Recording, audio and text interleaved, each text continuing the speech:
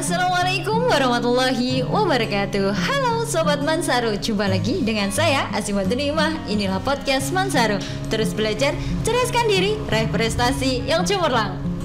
Sobat Mansaru, pada kesempatan kali ini podcast Mansaru telah kehadiran tamu yang sangat spesial, yakni guru inspiratif tingkat nasional dari Kementerian Agama Republik Indonesia, yakni Bapak Muhammad Lutfillah MAG. Assalamualaikum Bapak. Waalaikumsalam warahmatullahi wabarakatuh. Bagaimana kabarnya hari ini? Alhamdulillah luar biasa. Alhamdulillah luar biasa.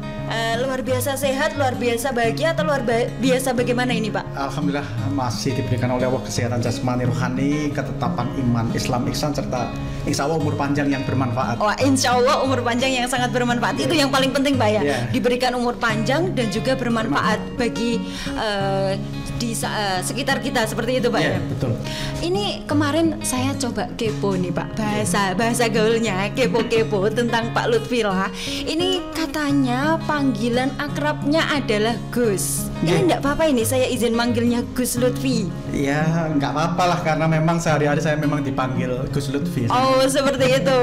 Dalam kategori menjadi seorang guru inspiratif di tingkat nasional Kementerian Agama Republik Indonesia, itu seperti apa perjalanannya Gus? Saya ini bersyukur lah, kebetulan orang tua kami itu seorang pendidik ya. Jadi ibu saya hanya ibu rumah tangga yang kerjanya abah saya, tapi abah saya bisa menuntaskan kuliah 7 putra putrinya, dan alhamdulillah kuliahnya di negeri semua, dan kuliahnya tepat waktu semua, dan IPK baik semua. Jadi 7 bersaudara itu alhamdulillah dari kuliah di negeri semua. Jadi yang di IAIN Malang 3 orang, kemudian yang di Brawijaya Malang 3 orang, di Udayana Bali 1 orang. Wow. Jadi 7 bersaudara.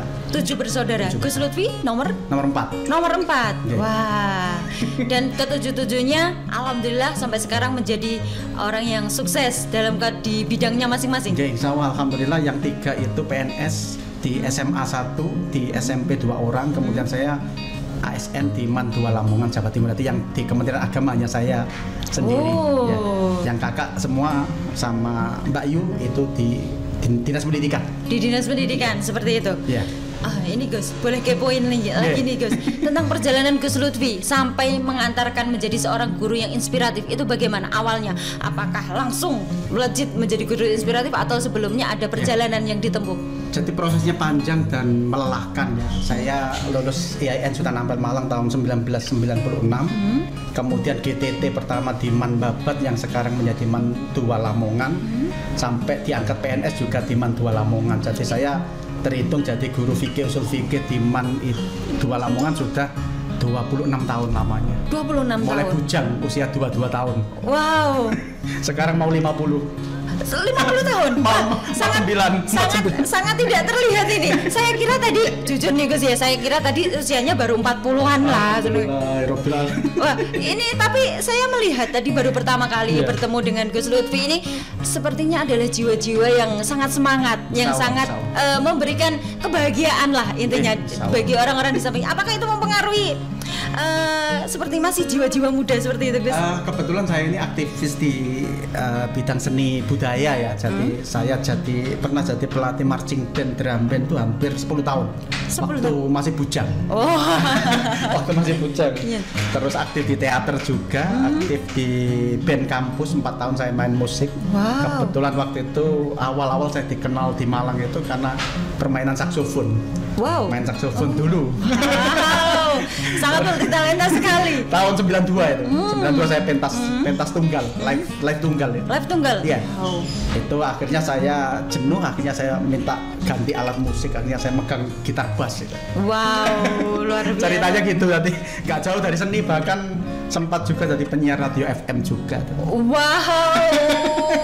Semua bidang sudah dijelajahi oleh Gus Lutfi. Wah. Terus bisa mengantarkan maksudnya awalnya dulu Gus Lutfi ada di dari seorang pemusik, maksudnya di main saksofon dan lain sebagainya. Terus kemudian Gus Lutfi main di MAN 2 Lamongan. Apakah itu langsung menjadi guru fikih atau bagaimana?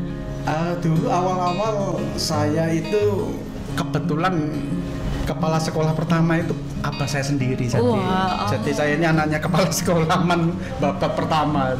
Oke. Jadi abah saya jadi kepala man babat, saya GTT di situ.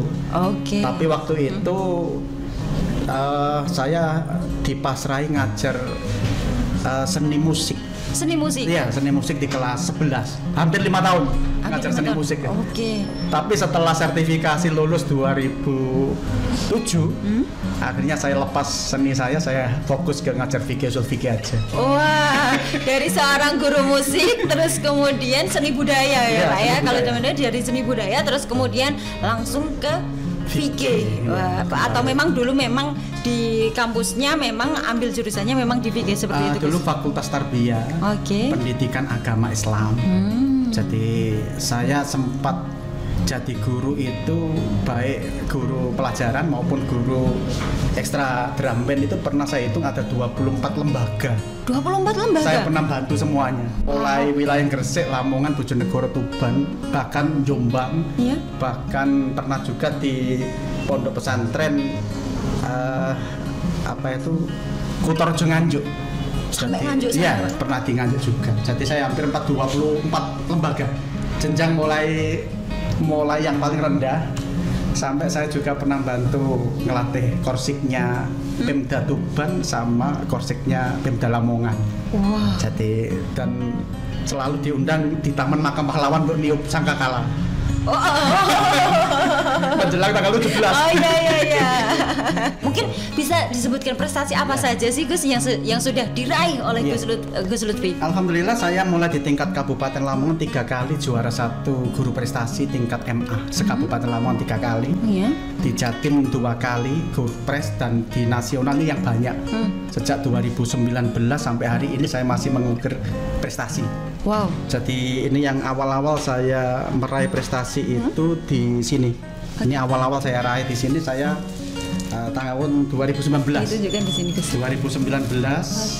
Ini saya wakil Jawa Timur di Klat 13 hari di Pusdiklat Jakarta. Saya jadi ketua kelasnya dan saya menjadi peserta dengan nilai terbaik 96,00.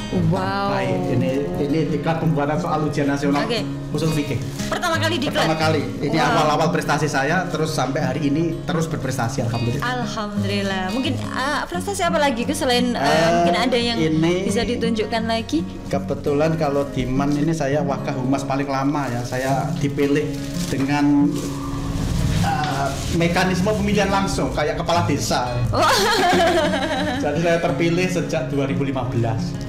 Sampai hari ini masih terpilih, nanti masa bakti saya di humas ini sampai 2024. Wow. Kemudian di kegiatan Pak Direktur GTK Madrasah saya mendapat tugas 3 dari Direktorat GTK dan tertanggal tanda tangan Pak Direktur GTK Madrasah Pak Dr. Muhammad Zain itu sampai 2024. Yang pertama saya menjadi penanggung jawab acara pengajian 1 jam GTK Kementerian Agama RI. Itu masa bakti saya sebenarnya sampai 2024 dan inilah yang akhirnya mengantarkan saya menjadi guru inspiratif nasional karena saya bisa pengajian itu saya kelola sampai tembus 220 episode. Wow. Nah, berarti tiap hari saya tampil di channel YouTube-nya GTK. Wow. Sampai berarti 200, sudah tidak asing lah. Ya, insya Allah orang kementerian insya Allah banyak yang kenal saya karena saya ngelola pengajian 220 episode dan saya punya tim belakang saya kayak seperti ini, ada tim saya 30 orang. Sehingga kemarin mendapat hadiah pembinaan 15 juta. Itu ya saya bagi sama tim saya 30 orang itu.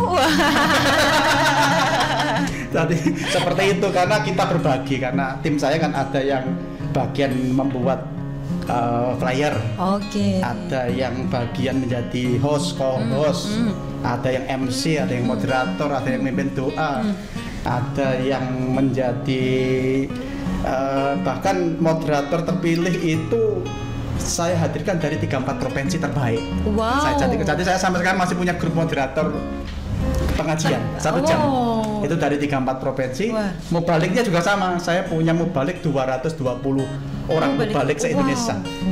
Saya kelola sampai sekarang masih yang mengelola masih jalan. Wah. Iya, sampai sekarang. Wow, luar biasa.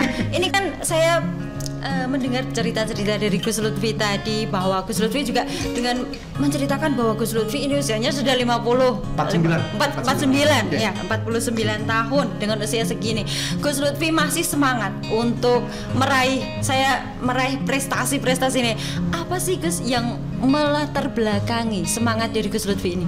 Mungkin saya pribadi itu karena saudara saya banyak 7 orang ya, akhirnya kita biasa berbagi. Kadang nasi bungkus kita makan bertiga berempat itu biasa. Akhirnya menjiwai saya lama aktif di Palang Merah Indonesia. Saya 4 tahun di IAIN Sunan Ampel Malang, aktif di Palang Merah, kebetulan bahkan sempat jadi ketua korup sukarela Palang Merah Indonesia. Hampir 4 tahun saya mengabdikan ilmu kepalang merahan di IAIN Sunan Ampel Malang. Akhirnya pulang dari IAIN saya mendirikan Palang Merah Remaja di Man 2 Lamongan sama Palang Merah Remaja di MTSN 1 Lamongan. Itu yang pendirinya saya, yang mendirikan.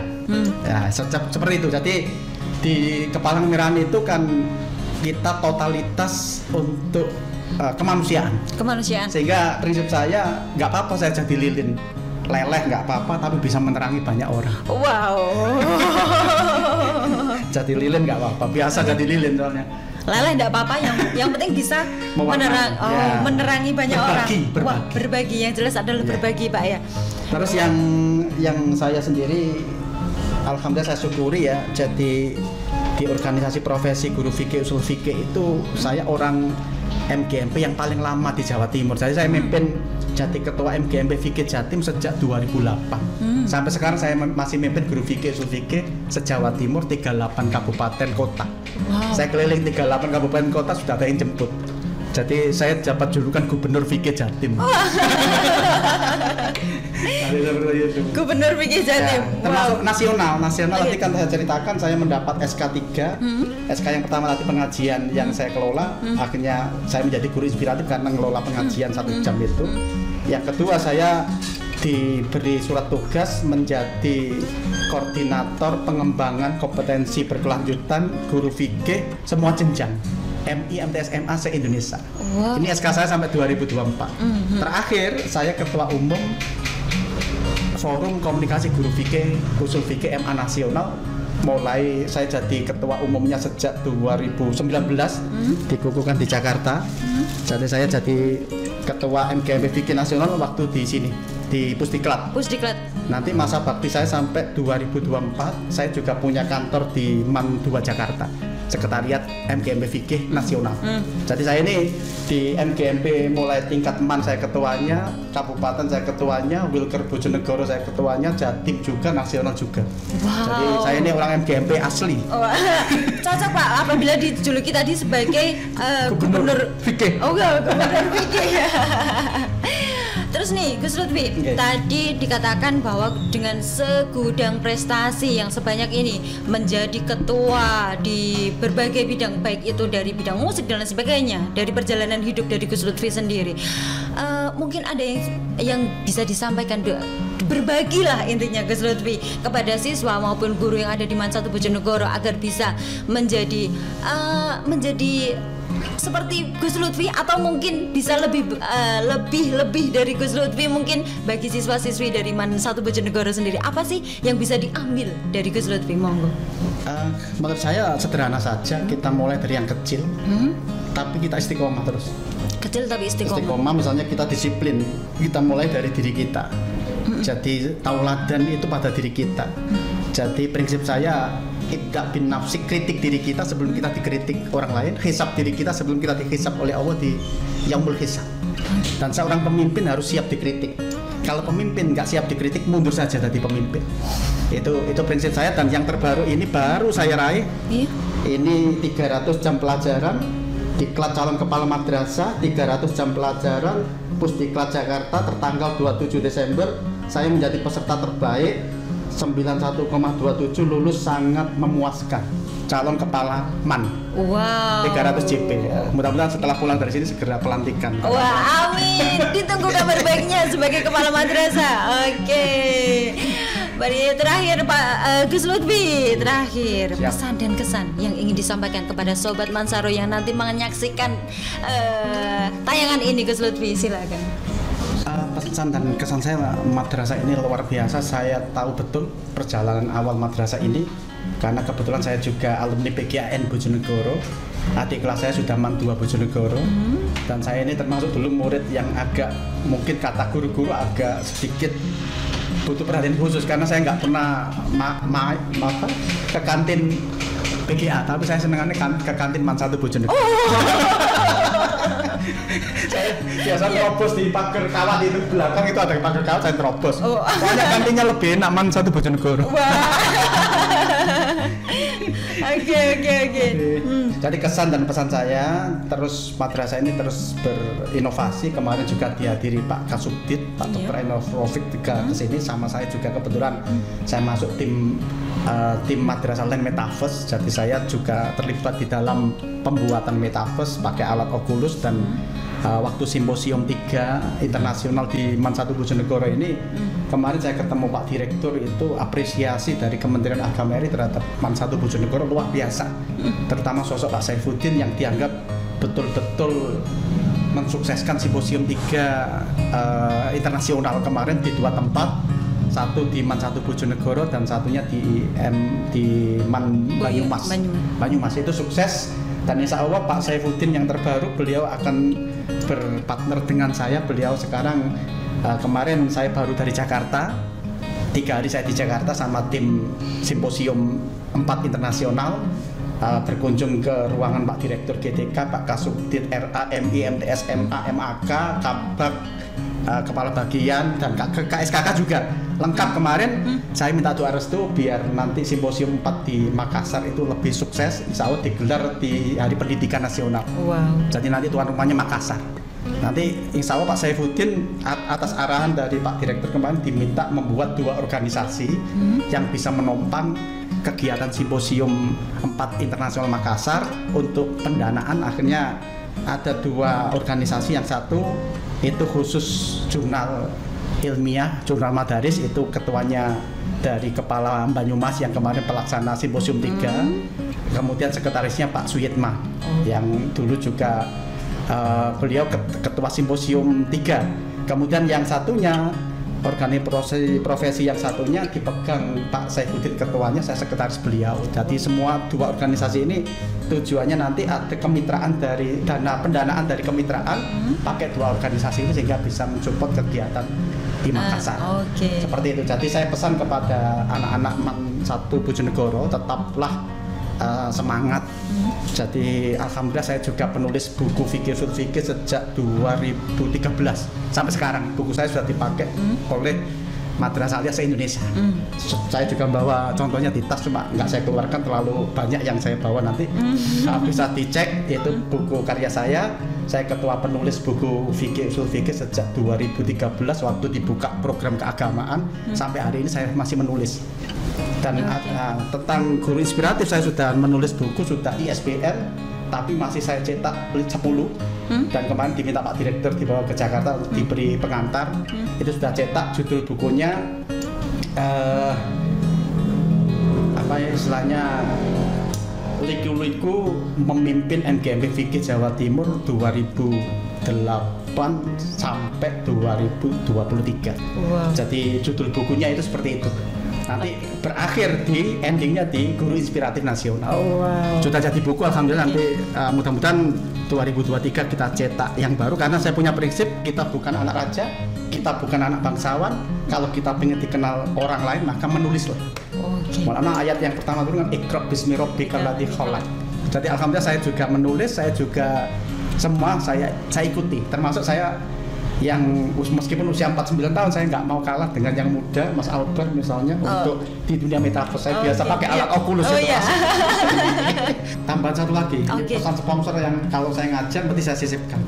Jadi jangan menambah deretan orang tidak jujur di negeri ini. Benar. Jangan jujur menambah. Itu penting. Jangan menambah deretan orang yang tidak jujur di negeri ini. Baik Sobat Mansaro, demikianlah akhir dari perbincangan saya dengan guru inspiratif di tingkat nasional, yakni Gus Lutfillah. Saya Azimatul Imah, inilah podcast Mansaru. Terus belajar, cerdaskan diri, raih prestasi yang cemerlang. Wassalamualaikum warahmatullahi wabarakatuh. Waalaikumsalam warahmatullahi wabarakatuh.